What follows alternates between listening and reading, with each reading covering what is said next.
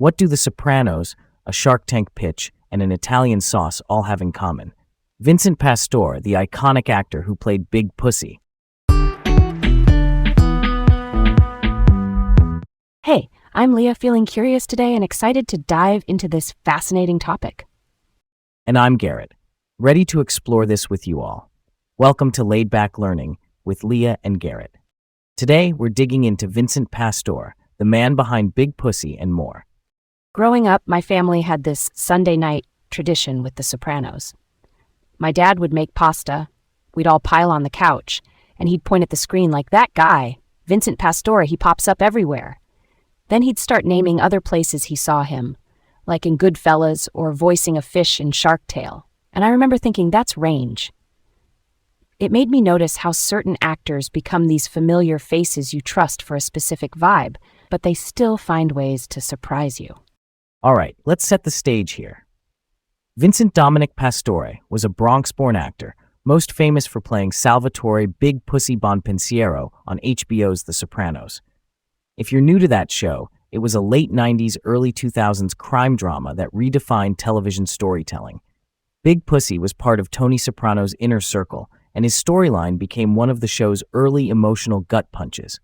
Pastore shared in Screen Actors Guild Ensemble Awards for the cast in 2000 and 2001. Ensemble just means the entire main cast being honored together for how well they worked as a team. Now, typecasting is a big part of his story. Typecasting means an actor keeps getting cast in similar roles because their look or vibe fits a certain archetype. For Pastore, that archetype was the Italian-American gangster, or mafioso, which is basically a member of a mafia organization. A simple analogy, think of an athlete who becomes known for defense. Every coach calls them when they need that specialty. Casting directors did that with Pastore. They needed authentic wise guy energy, and he delivered. And he really leaned into it without being one note. You see it in Goodfellas, where he's credited as Vinny Pastore and pops up as the man with coat rack. In Carlito's Way, he's the Copa wise guy. And then in HBO's Gotti, he played Angelo Ruggiero, a real-life associate of John Gotti. That credibility came from more than just a look. He grew up in New Rochelle, an Italian-American enclave right near the Bronx, so the accent, the mannerisms, the way he carried himself, it all felt lived in. That's the authenticity you can't fake. Let's unpack the early chapters. He was born in 1946 in the Bronx. After high school, he served in the U.S. Navy during the Vietnam era. Military service like that brings discipline and presence. You can feel that in his steadier, watchful characters. Afterward, he studied drama at Pace University. That's a New York City school known for strong performing arts training. What's cool is that before acting really took off, he worked in the club business and as a chauffeur, which kept him close to the city's street culture he'd later portray on screen. Here's a pivotal turn. He becomes friends with actors Matt Dillon and Kevin Dillon. Matt is known from films like The Outsiders and Crash, and Kevin later became famous for Entourage. Those friendships nudged Pastore into auditions around the late 80s and early 90s. Once he stepped in, he hustled.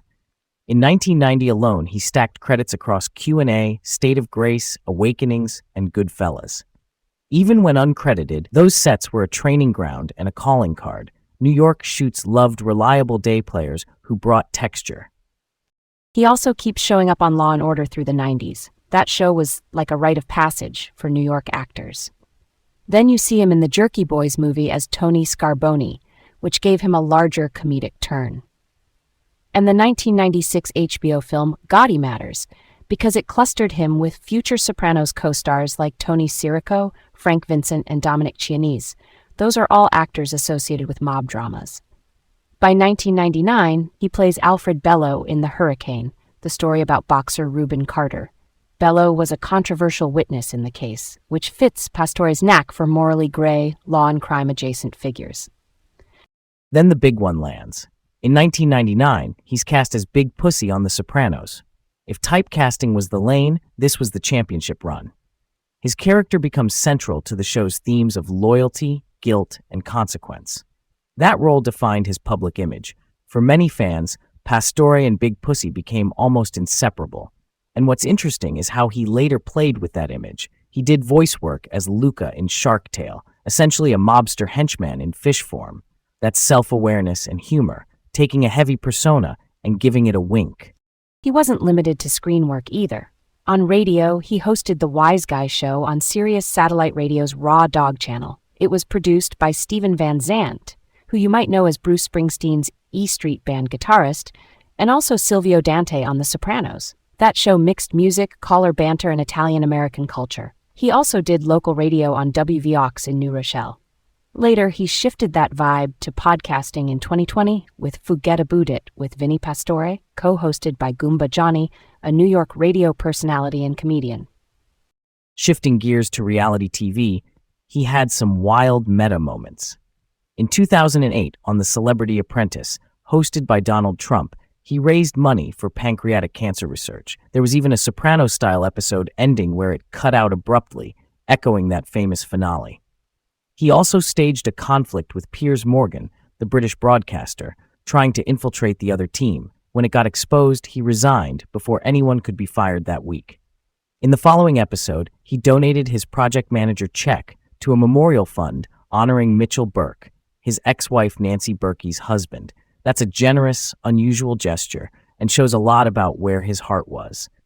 Why do you think producers leaned into that Sopranos-style ending there? Because it's the brand the audience instantly recognizes. It's like a visual inside joke.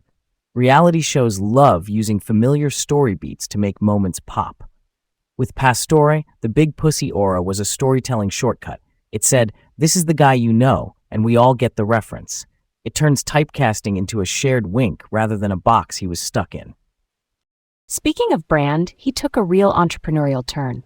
In 2011, he appeared on Shark Tank pitching the broccoli wad, a money clip.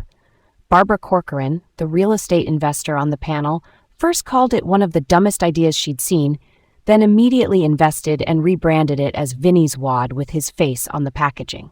That's a masterclass in turning persona into marketing. And in 2019, he launched Vincent Pastore's Italian sauce, made with San Marzano tomatoes, which are prized Italian plum tomatoes known for low acidity and sweet flavor. The sauce was non-GMO with no added sugar.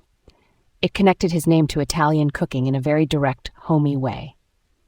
He kept acting steadily, too. He was in Broadway in Chicago in 2007 playing Amos Hart, the loving, slightly naive husband, a nice flip from a tough guy, and later in Bullets Over Broadway in 2014 as Nick Valenti, leaning into comic menace on stage.